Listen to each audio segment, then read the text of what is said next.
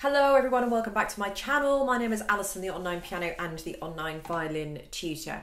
So last week we did part one of 4 reasons why your bow might be shaking. It's a very common problem that a lot of you guys have. I see it all the time. It's something that I see in more of my older students, my more mature students. I don't really know why that is, but it just seems to be a problem that adult students tend to suffer with more than the younger children. So anyway, this video is part 2, 4 more reasons. But before we do get into that, I want to tell you about my 1 to 30 violin course. I know a lot of you guys.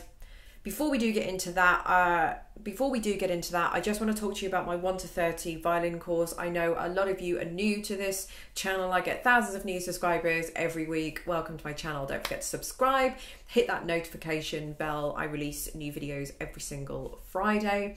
But the 1 to 30 violin course is an all-encompassing course. It's everything you need. 30 lessons that guarantees to take you from a complete beginner to a very accomplished intermediate player. So if I may, I just want to talk to you about that because a lot of you do not even know that exists. I know a lot of you do and you're probably following it right now. But if I can just tell you about that and then we'll get into the video. My 1 to 30 violin course absolutely guarantees to take you from a complete beginner to a very decent, accomplished intermediate player.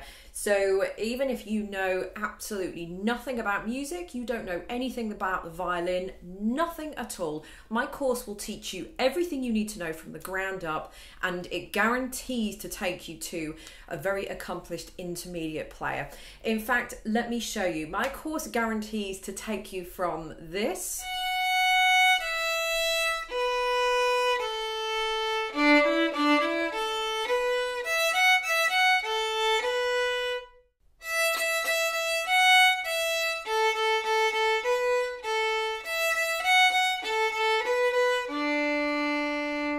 to this,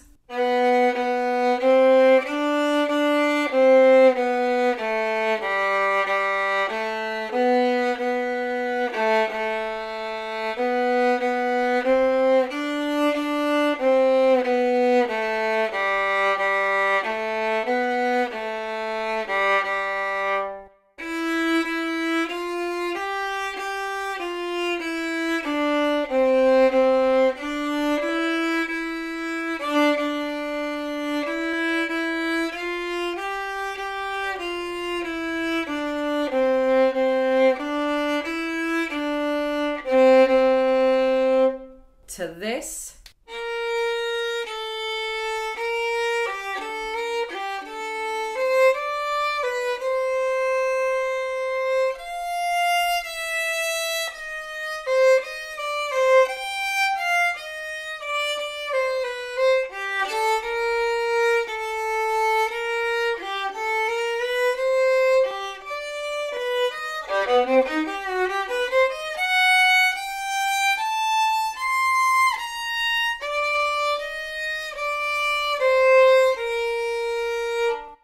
and then finally this.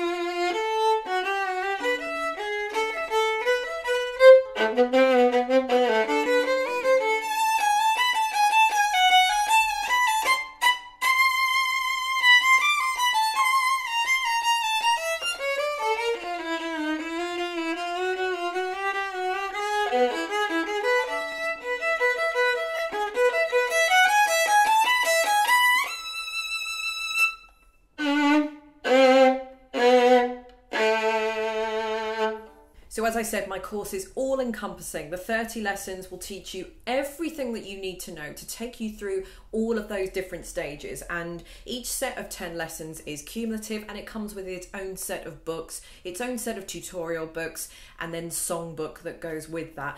And the good thing about it, it's all cumulative information as well. So the whole course is designed to be all encompassing. There's literally nothing else that you need, no other resources.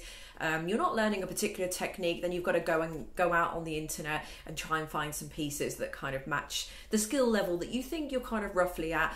I have done that for you. So it's basically all under one roof. Once you've bought the course, there's nothing else that you need to buy. So my course is only available on shop on this website here. I'll have a quick link to it underneath with some more information. And once you've purchased, it's an immediate download. So all of the books are 100% downloadable. There is nothing physical to ship out. Once you've downloaded, you can then print them out. I've just printed these out at home and just bound them on a machine that I've got, but you can have a look at them on your laptop, computer, a tablet, whatever you want to view them on. But the easiest way to do is have them printed, or you can get a local printers to print them out for you, whichever is the easier option. But the point is, it's available to anybody worldwide as long as you've got the internet, literally. And once you've downloaded, you can get cracking straight away. So the book series is available on my website for $59.99 US, and it really is a bargain for what it is. If you think about how much money you would spend in lessons, the first 10 lessons are absolutely free. So I'll link the first 10 lessons underneath. All the resources that you need for those first 10 lessons are absolutely free as well. So you lose absolutely nothing by trying out the first 10 lessons. If you like the first 10 lessons, you like the way you're progressing, you like the way I'm coming across, you like the way I'm teaching, and that gels, you know, with you and the way you're picking up the information, then you can go ahead and purchase the rest of the course and you will see from there. So the details of the course will be linked underneath this video. Okay, so 4 more reasons, carrying on from the first part that we did last week. So number 5, if you want to call it that. You want to put some weight behind the bow. So make sure that you've got enough weight in the arm. We've already talked about being flexible, not the hand grip, not being too tight and all that kind of thing, and your shoulder and all that sort of stuff that we talked about in the previous part. If you haven't watched part 1, please go and watch part 1, because I've put these in a specific order, so you really do need to kind of look at part 1 to see if that's your problem first before you're looking at this part here. Part 2 isn't really going to make much sense, but as I said, when I was sorting out all these orders, when I was sorting out all of the potential reasons that I think your bow might be shaking, I have put them in a specific order. So it's important that you go and look at the first 4 before you move on to this next 4. So making sure you've got a little bit of weight behind the bow, and if not being sort of too... Not only are you going to be too light because you're not going to get enough sound on the bow, but you're just going to get that kind of wobble in the bow. You just hear it just then, so I'm not sure how much of that is coming out on camera. So I'm probably too light, but I'm trying to prove a point. Bow shake isn't something I kind of ever recall suffering with, so it's very, very hard. It's one of those things that's very hard as a professional musician to kind of replicate, to prove a point or to demo a point and show you with. But you want to put a little bit of weight behind the bow, making sure that you're not too much, you know, you're going to get that kind of scratch, but you know, come on, play it. You might find that you'll get a little bit of bounce in the bow. You'll see the wood bounce. I see my wood bounce as I'm playing, and I see it more bouncing. It's kind of where I've got the lowest dip in the bow there, but it doesn't sound like it's bouncing. It's obviously going to move because the bow is flexible and it's moving up and down depending on what I'm doing, but you know, I've got enough weight behind it that this isn't, you know, this doesn't sort of have a mind of its own. Okay, point number 6, as we're moving on, tilt the bow a little bit. So this is slightly more possibly of an advanced video. I've done a whole separate video on tilting the bow or keeping the bow flat, so I'll link that underneath, so please do go ahead and watch that before you ask any questions on tilting the bow. But tilting the bow can really help as well. I think just because it's not flat, you're taking the emphasis away from the bow, and you're distributing the weight a little bit further forward. The weight is also in a different part of the fingers as well, because the bow is kind of shifting in the fingers here. So if you tilt your bow, you might find that you're bouncing the bow a lot less. But again, go and watch that video I've done in a lot more depth and detail on tilting the bow, why, when, how, and all that kind of thing. Okay, so number 7, just a poor quality bow. A lot of you have poor quality bows, and you can do all of this kind of stuff, but if your bow is just no good, then it's just not going to work. A lot of poor quality bows, however, do go kind of hand in hand with the bow being a little bit too tight. So a lot of people do tighten up that bow. I don't really know how much of this is going to be coming out on camera, but as you can see, if you can see, my bow is quite straight. The wood is quite straight now, so if I undo it a little bit, you will see that the bow will start to have a bit more of a bend in it. There's probably too much bend there, but I'm just trying to show you the difference.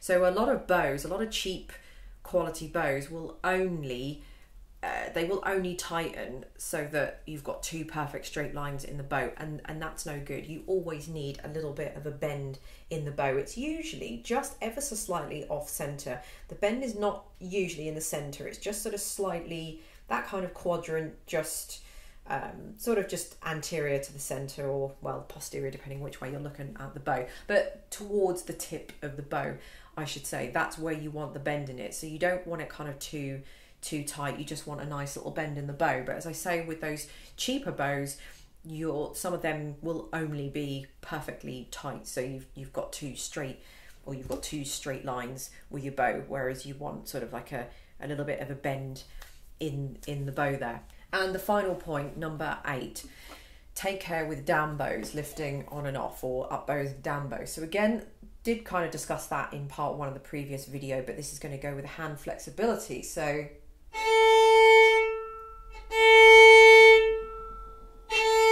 remember when I said in part 1 that I was doing all of this, I was moving up my fingers as I was bowing down, and then extending them down, and then as I was going up, my fingers were kind of coming up, so I can get a good takeoff and a good landing. But also as well, I'm slightly tilting the bow, which is going to help, which is why you need to watch this video in the order that we've done it in. So if you're tilting the bow, that's going to help you. So imagine it like a plane taking off and a plane landing, basically. It doesn't just kind of, plane doesn't go along the runway and just go up into the sky. Plane goes along the runway and just very gradually kind of makes its ascent into the sky. And equally, as it's coming down as well and it's making its descent, it doesn't just kind of, go along and just go down and land. It comes in at an angle, so it's a nice smooth landing, or as smooth a landing as you can possibly get. So there we go, another very quick simple video, but that should give you now 8 reasons why your bow may be shaking. If you have looked at those 8 reasons and your bow is still shaking, then let me know in the comments. Maybe there's another reason. See if if you think there's another reason, then maybe I can address that in a separate video as well. But thank you very much for watching. All the links to all the videos and part 1 of this will be directly underneath, and I will see you in my next video. Bye.